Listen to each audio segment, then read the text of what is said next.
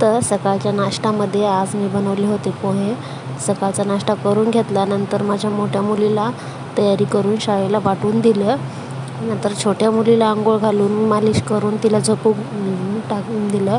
नंतर घरातली कामं केली. स्वयंपाक वगैरे बनवून घेतल्यानंतर घर आवरायला घेतलं.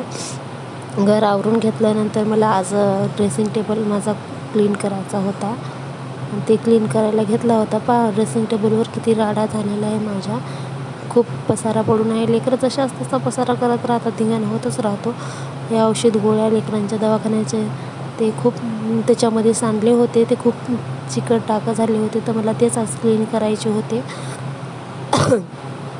माझी तब्येत थोडीशी खराब आहे. सर्दी खोकला झाल्यामुळं मी काय जास्त व्हिडिओ शूट करू नाही शकले. आज तर थोडंच टाकत आहे. तर हा माझा 5वा मिनी ब्लॉग आहे. तर हे स्वच्छ मी क्लीन करून घेतलं, पुसून वगैरे घेतलं आहे. ड्रेसिंग टेबल आणि व्यवस्थित पद्धतशीर लावून घेतला सगळा पसारा. तर तुमच्या घरी असंच होतं का की आपण म्हणतो की किती चांगलं ठेविल्यानंतर 1-2 दिवसात जशास तसंच होतं. माझं पण तसंच आहे. किती तुम्ही चांगलं करून ठेवा, मुलं 2-3 दिवसात जशाला तसंच करून टाकतात. आणि हे प्रत्येकाच्याच घरची गोष्ट असेल असं मला वाटते. तर माझ्या ह्या व्हिडिओला कमेंट करा.